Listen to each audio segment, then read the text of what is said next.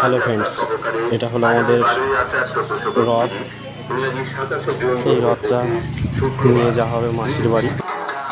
দেখুন কত সুন্দর করে সাজানো হচ্ছে রথটাকে। রথটা এই মাসির বাড়ি যাচ্ছে, মানে যায়নি, আসবে আর কি। দেখুন কত সুন্দর রথটা মাসির বাড়ি নিয়ে যাওয়া হবে কিছুক্ষণের মধ্যেই।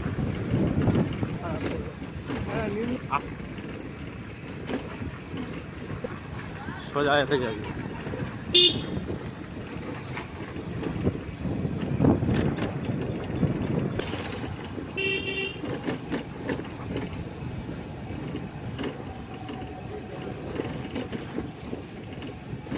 এখন ব্লগ হচ্ছে।